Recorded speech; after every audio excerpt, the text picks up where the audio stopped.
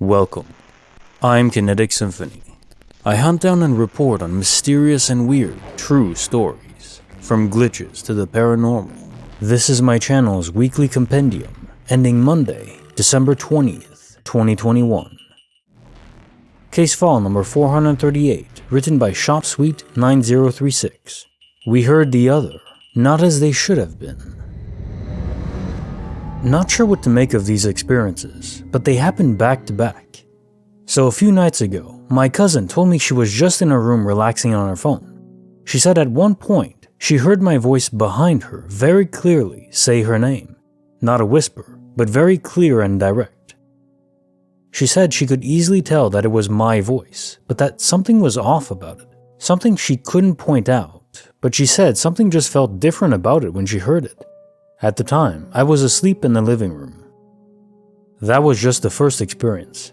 One day passed and nothing happened. The next day it was my turn.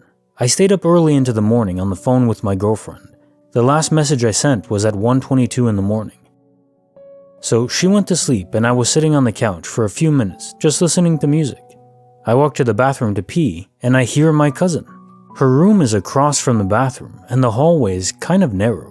Through both of the doors, I hear her giggling and laughing. I thought she was watching something on her phone that she found funny, and it sounded exactly like her laugh. There's a small crack in her door, so I just kind of glanced as I walked past. I didn't stop walking, but saw the light on her phone as I passed by. The next morning, I woke up and she was on the couch, parallel to the one I slept on. After I woke up, I started talking to her and making conversation about last night. I heard your goofy butt laughing last night, I said. She asked me when, to which I responded around 1:30 in the morning. She had gone to sleep at around 9 last night and hadn't woken up until well into the day. By this point, we were both thoroughly confused at these experiences. What creeps me out the most is that it was almost the same with her experience. Something about her laugh just seemed off, and the laughing I heard went on for a good 5 minutes or so. And she's a deep sleeper, so talking or laughing in her sleep is not a viable explanation. And if it were, it wouldn't explain what she heard 2 nights before, since we were in completely different rooms. Does anyone have any possible explanations? If so, I'd be open to hear them. Case notes, file number 438. So there are a few options that pop to mind. For the second event, where your cousin was sleeping but you saw her awake on her phone giggling, it is conceivable she was sleep interacting. Some folks don't realize they wake up in the middle of the night, several times even, and go about their business as if they're awake, but they aren't conscious, no one's at the helm. Complex tasks aren't engaged in usually. But going on one's phone, maybe that's what happened there. Some people even order stuff from Amazon while sleeping and think their accounts were hacked into.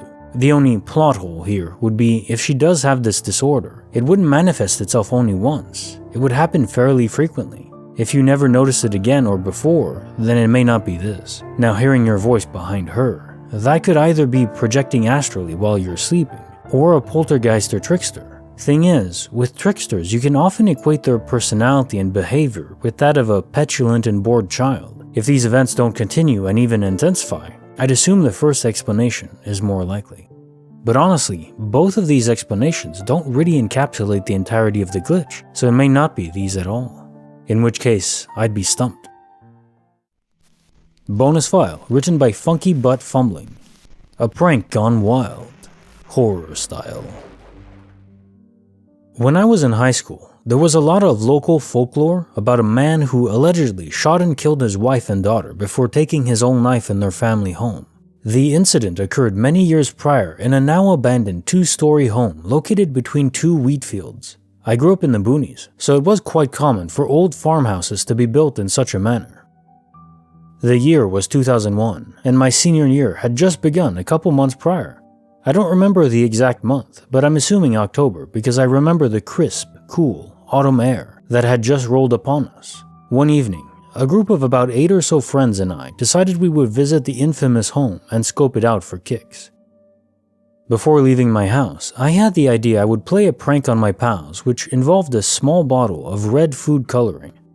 I placed the food coloring in my pocket, locked my bedroom door, and left to meet up with the gang. We arrived at the location in 2 separate cars. One car was packed with the guys. The other car was driven by one of our female classmates and two of her girlfriends. The house was situated on a slight hill which met a gravel driveway. We parked our cars in the driveway in front of the home's garage and began our trek up the hill. The very first thing I noticed was a very sad, dead-looking tree located in the middle of the yard.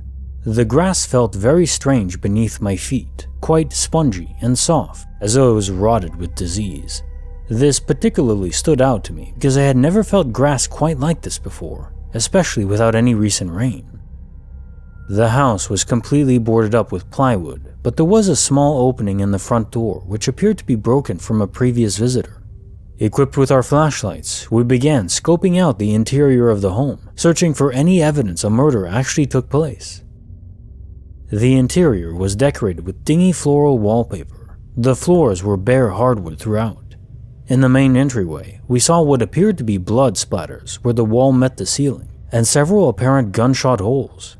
I'm a skeptic by nature and thought it could have possibly been faked by previous visitors to feed into the lore. Whichever the case, the blood appeared a very dull brown color, indicating it had been there for a very long time. We walked up a set of creaky steps to the upstairs, which featured two bedrooms. One room had an old metal bed frame and a bare mattress, but was otherwise empty. I can't remember if I entered the second room or not. We all stood in one of the bedrooms talking and expressing our predictions as to what we believed happened before making our way back down the stairs. We continued exploring the main level, living space, and dining before reaching the kitchen. I noticed there was a door leading from the kitchen to a small breezeway behind the house. I was the first to check it out and knew this was the time to pull off my prank. As I entered the breezeway, I reached into my pocket, tilted my head back, and filled my entire eye socket with red food coloring. I banged my flashlight against the wall to create a loud thud, fell to the ground, and screamed at the top of my lungs.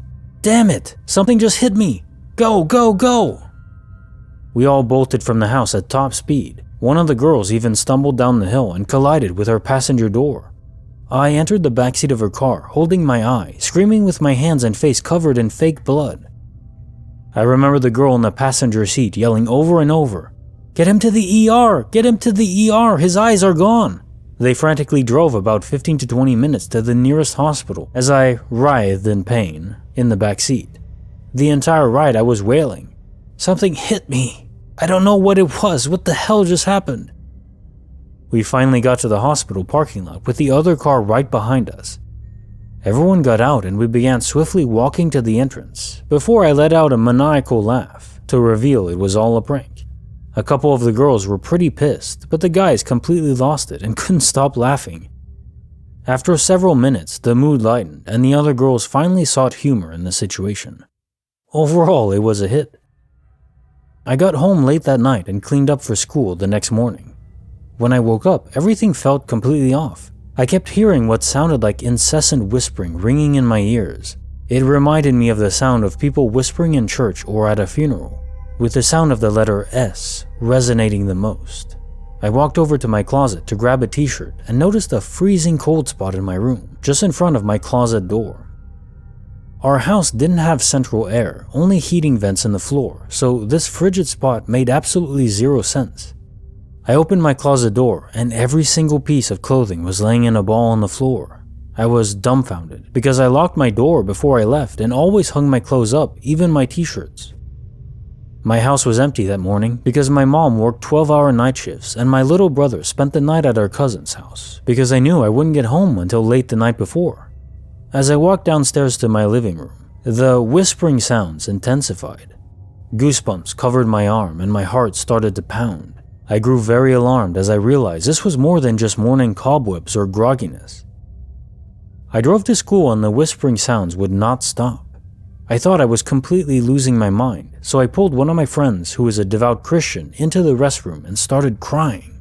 I told him I thought maybe I was haunted due to my antics from the night before. I tried my best to explain the situation, but I caught him off guard and didn't feel like he was taking me seriously.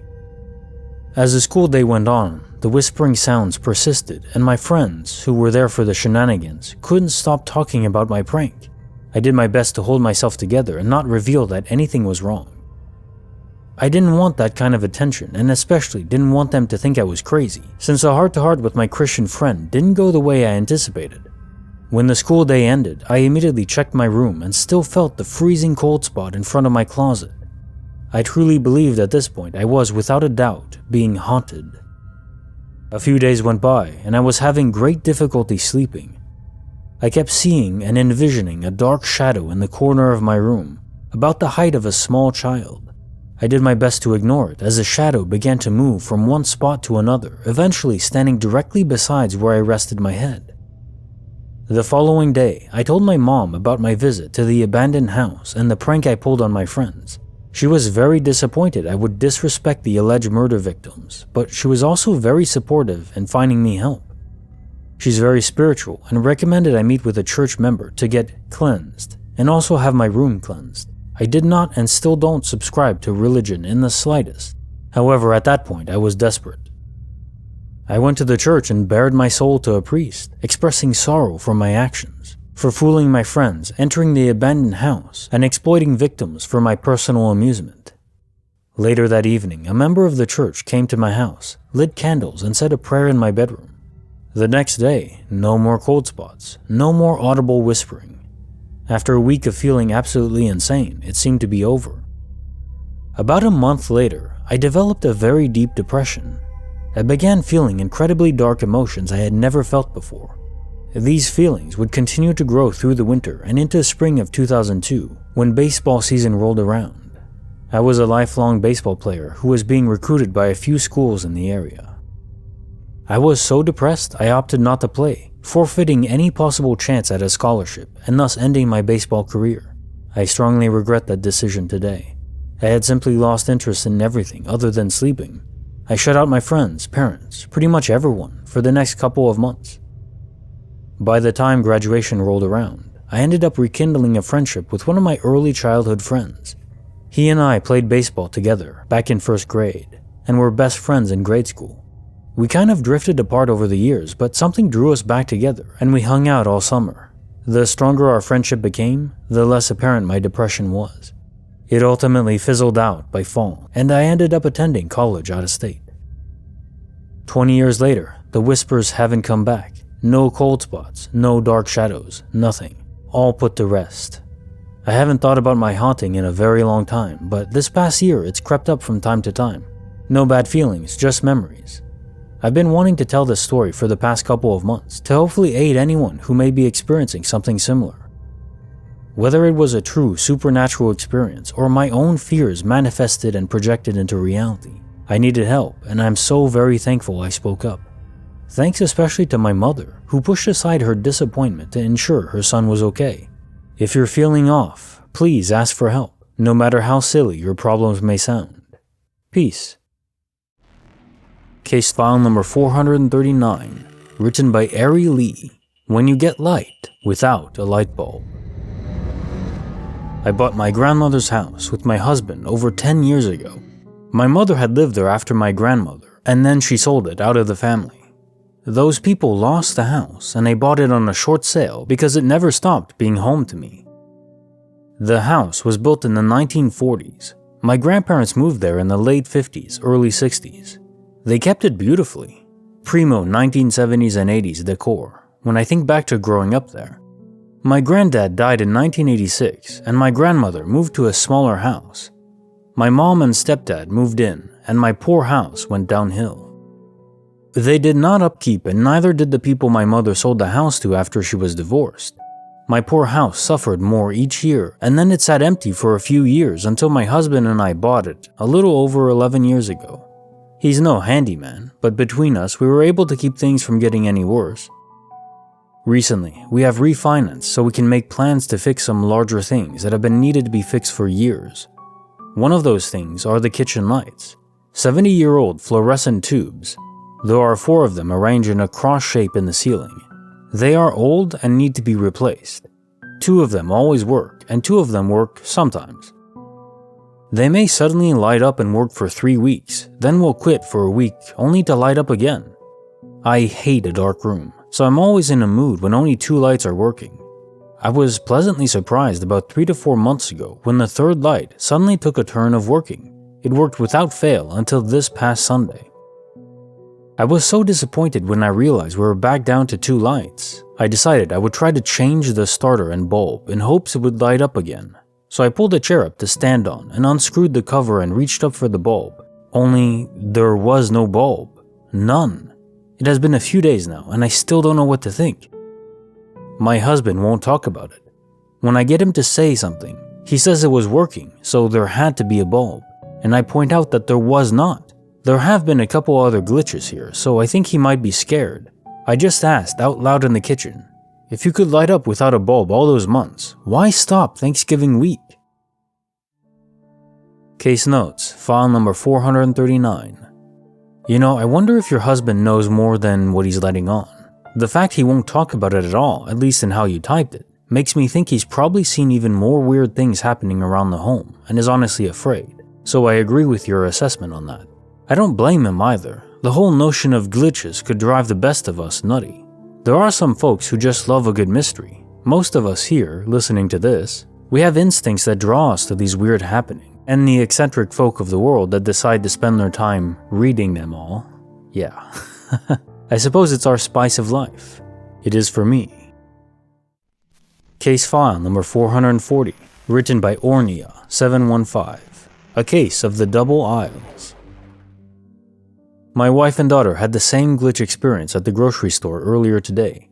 We were sitting there eating, and she looked over at our son, saying that he looks different today. Said that people change over time, but is it possible that someone could see the moment that change happens? Then she kinda freaked out about a story she had to tell us.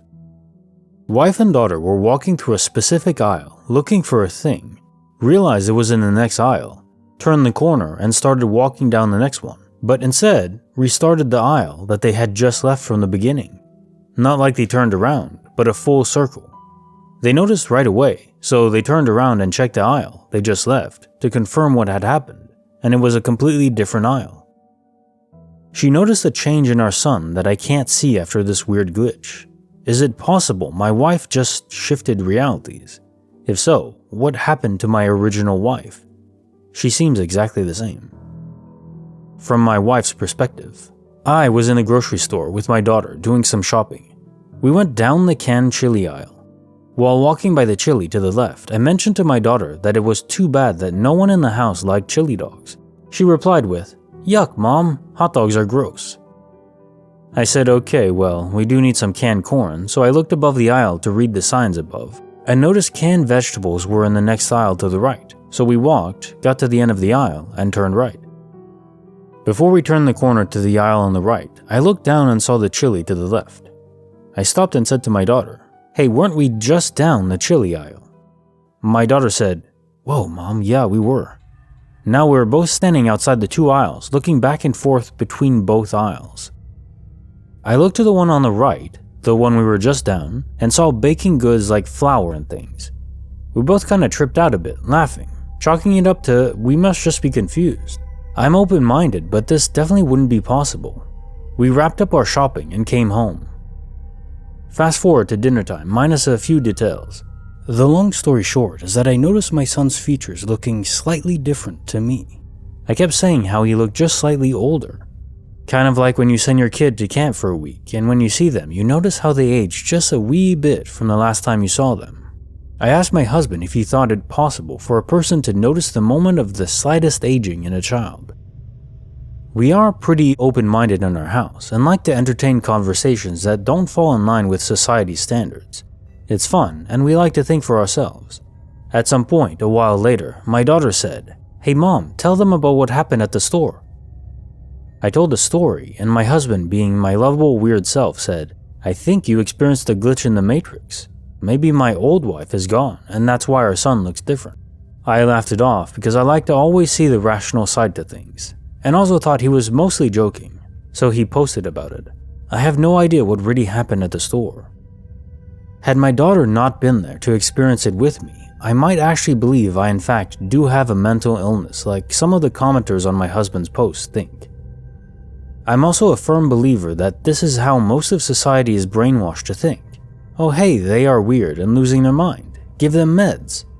Over the past 5 years, I've been on a journey of loosening the grip that society conditions us to have, and has on me, and trying to unlearn most of the things from my upbringings.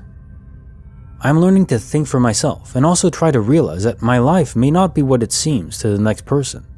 Perception is everything, and the experiences are different depending on who experiences them and how they vary. I'm not saying I shifted realities necessarily. I'm also not saying that I'm insane. There's no black and white.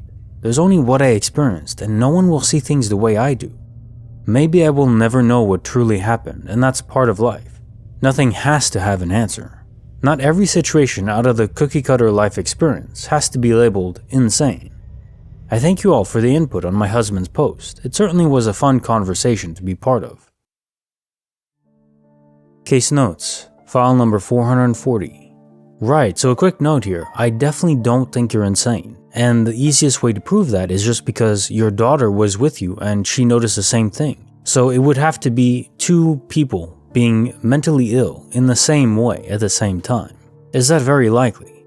I don't think so. Even logically, you have to admit something was up, even if we don't know what it is. Bonus file, written by Cherry124. When my new man cave becomes haunted. A little backstory about the spare room. When I first bought my home last year, there was a family of around 13 people living in it, 6 of which were adults, 3 small bedrooms, and 1 sketchy annex in the garage. A year later, and the neighborhood is still telling me stories about how awful these people were as neighbors. The annex room was initially shoddy framing and drywall, presumably installed by that family. The walls were painted a weird green color, and the rug was a wrinkly stained mess.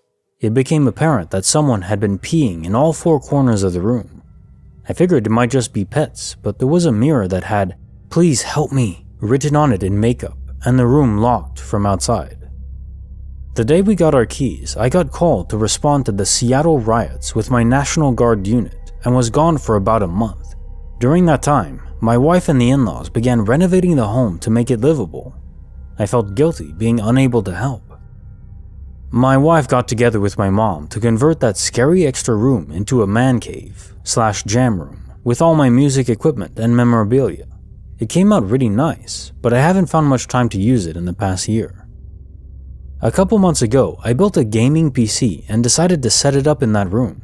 Now that I've been going in there almost daily, things have started to feel a little strange around the house. I get the sensation someone is standing directly behind me once or twice a day in the room. Our TV set on fire in the living room a few weeks ago. Our water main burst last weekend, causing us to dig up our yard over the course of 3 days, and my garage lights keep turning on and off. I can hear the light switch. This morning, I got out of the shower to find that my wife had already left for work. I'm coming down the hall and I hear her clearly say, "Hey babe," from the spare room side of the house. I replied, "You're still here?" To which I got silence. I looked out the window and sure enough, her truck was gone. That's when I heard it again. "Babe, come here." I grabbed my things and noped to work. Anyway, when I was pulling out of the driveway, I could hear what sounded like a girl screaming from outside, followed by a bang. I stopped before backing into the street, thinking, was that my phone? I waited for a second before continuing on my way, thinking it might be the school across the street. I got about 50 feet down the road before I heard it again. This time it was faint, but sounded like it was coming from the car. I paused at the stop sign and rolled down the windows to see if it would happen again, as it had sounded identical to the first one. Nothing. I rolled up my windows and continued on my way to find that it happened several more times, almost like a recording. Same scream and bang over and over for another mile or so. Anyway, I'm weirded out for the day. Might sage later and bang some pans together, I don't know. Case file number 441, written by Formidable Ad 4125. The intensity of fear we all felt was unspeakable. My wife, sister, and I are all avid backpackers. We spend a lot of time in the outdoors, but back in 2018-ish, we decided to do pull-up camping with stargazing in Colorado as the main goal. We are from the Midwest. We used a light pollution map to find a remote camping area in San Juan National Forest and planned to hike during the day and stargaze at night. The first day and night, the stars and trails were amazing, and we were all super stoked to be in the mountains and away from flat land. It was the clearest I have ever seen the Milky Way galaxy, and it was phenomenal. After the first night, we all got up early and decided to do another hike, this time following a small dirt forest road through the mountains. We all were having a great time, and there was nothing but positive vibes. I mentioned that our hike felt more like a walk since we were on a road, so we all agreed to take the first proper trail we came across. We had a GPS unit, map, and compass, so we weren't worried about getting lost. We finally came across a trail that ran perpendicular to the road and had a slight gradient running down the mountain. Staying true to our word, we all agreed to see where it went and turned onto the trail. As soon as we left the road and stepped onto the trail, I had an unprovoked and overwhelming feeling of doom come over me. Suddenly, my excitement left me, and I felt almost instinctively that I would be in serious danger if I went down this trail. This unprovoked feeling of doom was strange enough, but when my sister said, "Guys, I don't think we should go down this trail," and my wife responded, "Oh my god, you feel that too?" I lost my crap. We quickly returned to the road and continued our walk. We all agreed we had the same unprovoked sensation once we stepped onto the trail and could not come up with any logical explanation.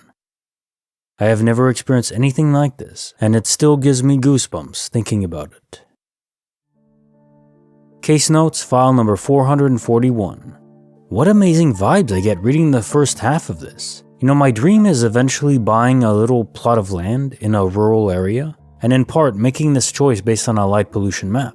I've always lived in areas that had so much light pollution you could barely see any stars at all at night. This isn't helped by my visual snow. However, I used to go fishing with my dad all the time up in James Bay, Canada. There'd be areas where it almost seemed like you would witness the very edges of the universe when stargazing. There's a sublime connection to the universe one feels when they're able to see the sky as intended, completely unobstructed. Anyhow, about the glitch. What sells it for me is that your whole group experienced the same palpable level of fear as each other. I could buy the explanation that one of you just had a keen intuitive sense. Maybe somehow your subconscious processed an inaudible noise leading you to believe there's a wild animal down that path, something like that. But all of you, simultaneously? Strikes me as more than raw mundane instinct. Bonus file, written by Sinlock. Even ghosts would do with a home renovation. I'm currently a 50-year-old male living in Greenville, South Carolina, and my first paranormal experience occurred back when I was in middle school. I had an uncle named Eddie who bought and restored historic houses, essentially a high-end flipper before we all knew what the hell that was. He purchased a house that was in a historic area of Earl Street here in Greenville. I don't remember the exact street, but it was definitely in that area, and he invited my grandfather over to look at some of the work he was doing. My papa was a carpenter, and I routinely tagged along just to get to spend time with him and watch him work. We got there and got the grand tour, and were told that an elderly woman had lived there and was heating her upstairs bedroom with a kerosene heater of some sort. The fumes from the heater suffocated her, and she ended up dead and wasn't found for a good while. My uncle bought the house at an estate auction because the family was unwilling to deal with the aftermath of that, and he set about working to get it in shape to resell. After Uncle Eddie gave us a tour and talked about what he was wanting done, he asked if we were hungry and offered to run and grab some burgers for us while Papa figured out what he'd need in order to do the work necessary. We gave him our order and Uncle Eddie took off for food, so it was just Papa and myself left in the house. Nothing really spooky happened right off, and from what I remember there were no vibes to the place, so Papa did what he needed to do while Uncle Eddie was gone, and then we popped a squat on the stairs and started killing time until the food arrived. About 5 minutes after we settled on the stairs, we both started hearing what sounded like footsteps at the top of the stairs walking back and forth along the hall. Then we heard what sounded like a door open and close. Figuring someone else had to be there, we went upstairs and, to our surprise, found no one else there. We were 100% alone in that house. Rattled, we sat back down on the stairs and waited to see if we heard it again. And it didn't take long before we definitely heard the sound of someone walking around upstairs. There was no denying it was footsteps on the second floor. Then we heard the stairs creaking as if someone was coming down the steps. Only we were sitting on them looking straight up the staircase, and there was absolutely no one there. The footsteps continued down the stairs very slowly, and both of us were too stunned to even move. I remember feeling like I couldn't move at all, but I think that was due to the fear and not whatever was going on around us. I don't feel like anything was making me stay where I was. There was no force acting on me. I was just too freaked to process anything other than hearing this invisible person slowly coming down the stairs. The footsteps walked past us, even making the step we were sitting on creak as it went by. Then it walked into the foyer of the house and ceased entirely. At this point, we both decided we weren't really feeling this ghost house crap and left to go sit in Papa's truck until Eddie returned. We of course told Eddie about what had happened, and we were surprised when he said that he'd heard noises and footsteps in the house too, but it wasn't going to stop him from finishing up the work and selling the house.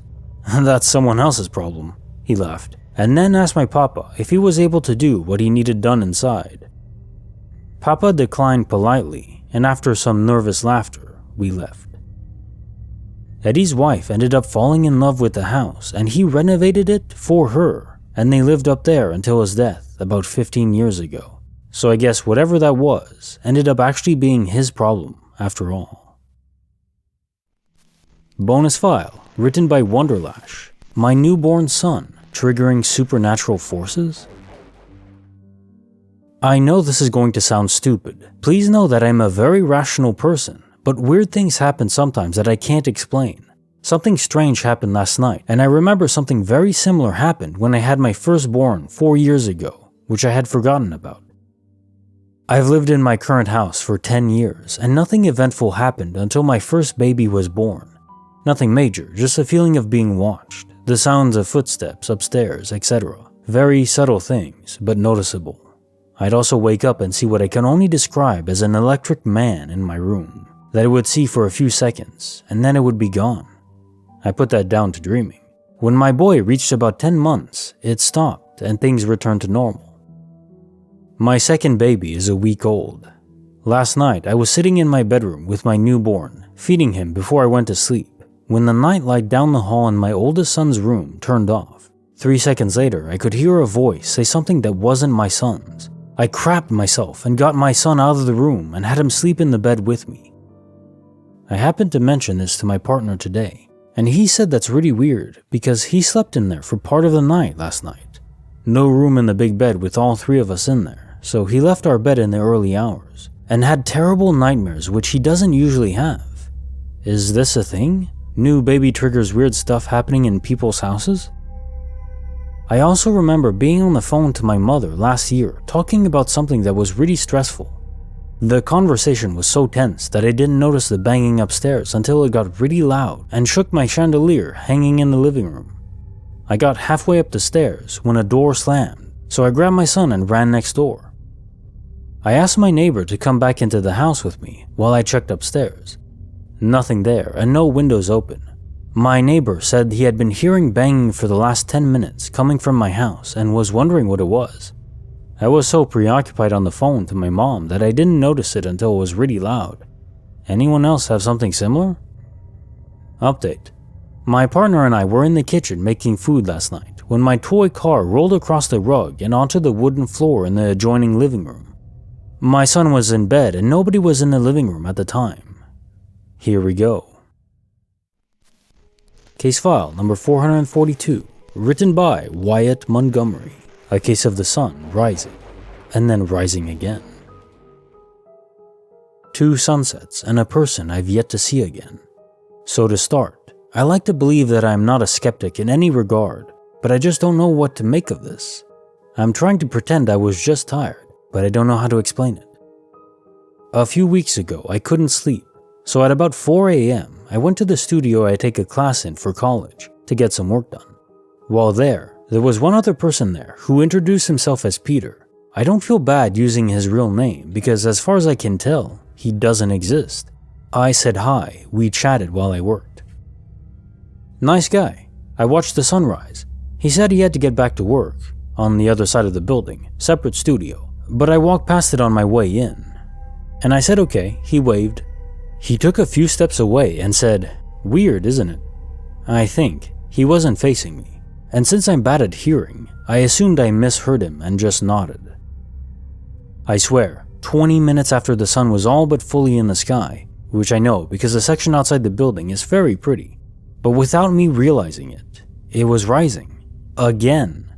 The sky had gone back to dark and the sun was cresting again. I went down and told Peter, and he found it funny. I've looked for him on my way in every day since then, since I saw where he sat. Someone else sits there, and I don't know them well enough to ask, but I don't see him anywhere there. Say what you might, but I have no clue where else to talk about it. Case file number 443, written by Beatrice. The secrets of a woman aging 28 years in the blink of an eye. One day at the beginning of this year, me, 26 female, and my boyfriend, 26 male, went for a big walk around the town we were living in at the time. It was the middle of the day, probably around 2 p.m., and we were both completely sober. At one point, we were on the side of the road, on one of those lanes where people run and walk. Apologies, I don't know the proper name for those. And we saw a female child, around 12 years old if I had to guess, jogging. She was in our lane, coming our way. I remember finding it strange for a child to be jogging on her own. There was no one else around, and it was a pretty remote area, like a countryside road, but I didn't mention anything to my boyfriend. We were walking side by side, so I walked behind him so she could pass. I stopped seeing her for a few seconds, and when I saw her again next to me, she was a fully grown woman in her mid-40s. He immediately looks at me in shock and asks, "Did you see that?" I asked him if he had also seen a child turn into a woman, and he said yes. He said she never really left his sight, but as he blinked and looked again, she was no longer a child. We even looked back to confirm, and she was still the mid-40s woman. Since then, I've been noticing other smaller glitches. I don't know if they were always there and I just didn't pay attention, or if that started a whole chain of events. Case file number 444, written by Friendly Demonic. The secrets of my son's soul. The first time this happened was when he was 3. My older sister was staying in my apartment and watching TV in her room when my son walked in. She asked him if he wanted to watch cartoons and put some on for him. He just sat quietly at the end of her bed while she tried to get his attention. Then she hears him laugh in the other room with me.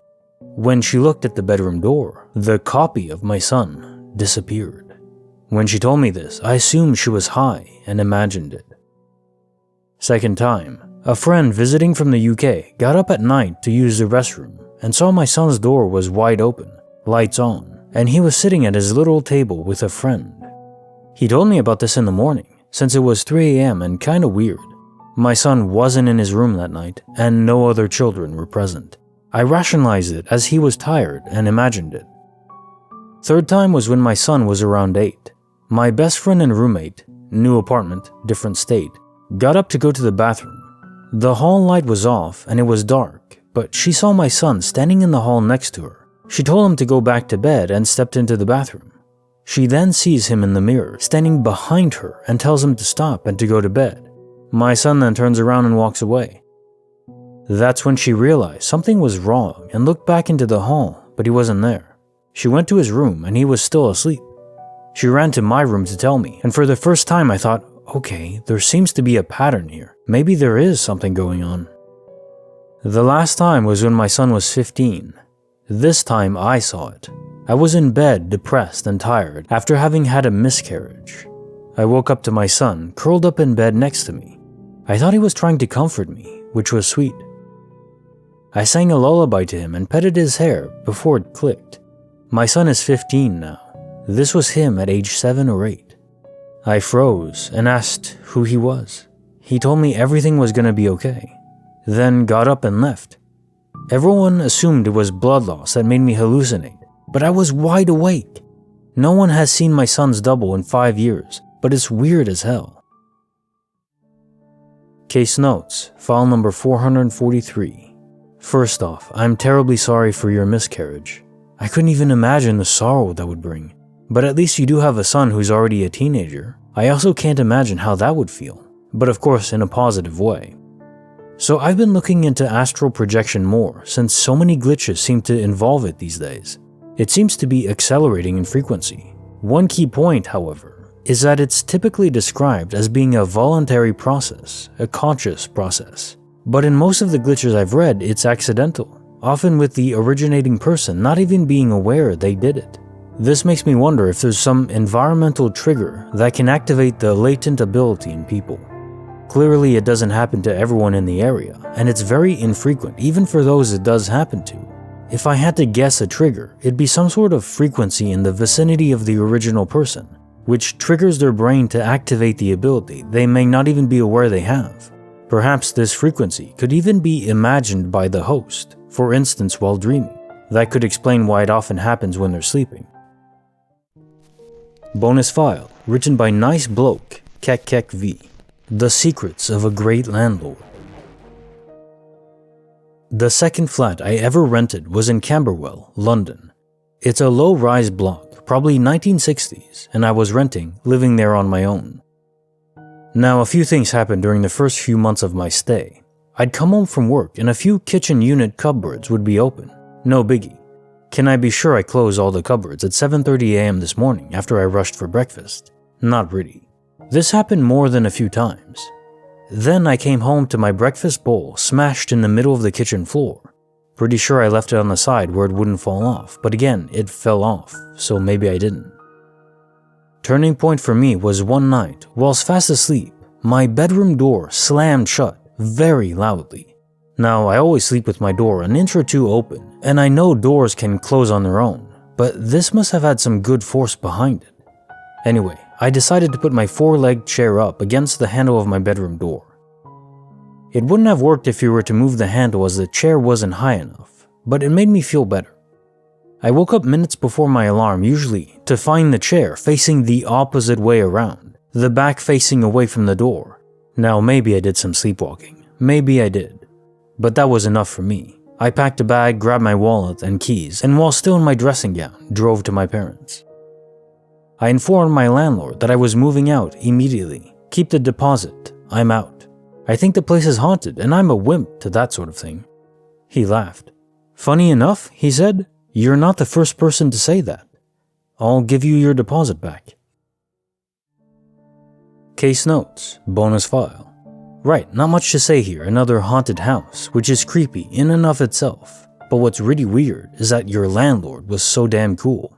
I think that's the real mystery here. How the hell did you find such a good landlord? Let us know. Oh, and also, that you got out immediately. Smart move. Case file number 445, written by Doctors 12345. The chilling secrets of a sound only I can hear. So, earlier this year, my family and I went to my mom's hometown for a holiday. We live in a different country now, and it's a really nice getaway.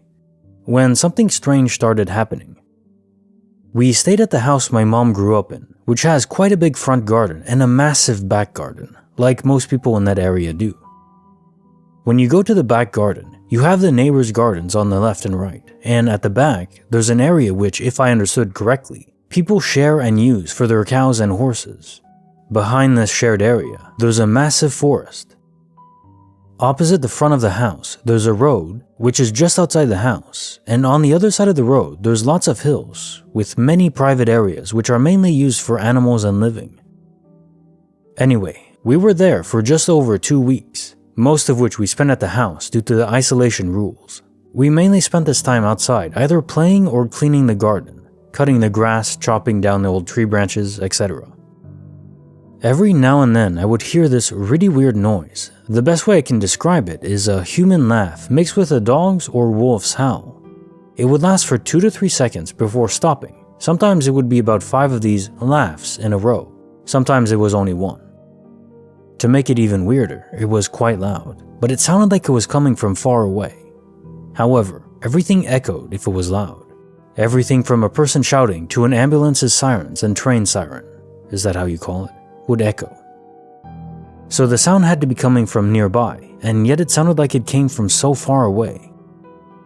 The thing is, it looked like I was the only one reacting to the sound in any way for the first couple of days. So I asked my mom if she heard the sound too, and she said she didn't, but it was probably some sort of animal. So I kept an eye out over the next few days to see if I could spot it. However, all I could see was cows, horses, sheep, goats, chickens, and pigs, none of which could make that sound. The sound kept happening very randomly and irregularly over the duration of our stay, and for a long time it seemed like I was the only one hearing it, until I realized my brother was reacting to it as well. I asked him what he was reacting to, and he described the same sound I was hearing. Okay, now the light. The toilet is actually outside, even though we are currently renovating the house and started building a toilet inside, and I needed to go one night, so I grabbed a torch and out I went. As I look up at the sky, I see this light, the size of a big star, but it was L-shaped. I thought I was half asleep, so I ignored it. So I went to the toilet, did my business, then started walking back towards the house. I stopped to look back at the place where the star was, and now it looked like a square U, sort of like an L and an inverted L right next to it. As I was wondering what it could be, I heard the laughter again. I pointed the torch towards where I thought it came from, but then it started coming from all around me. Call me what you want, but I got so scared I just sprinted to the house. But yeah, this is it. What the hell was that?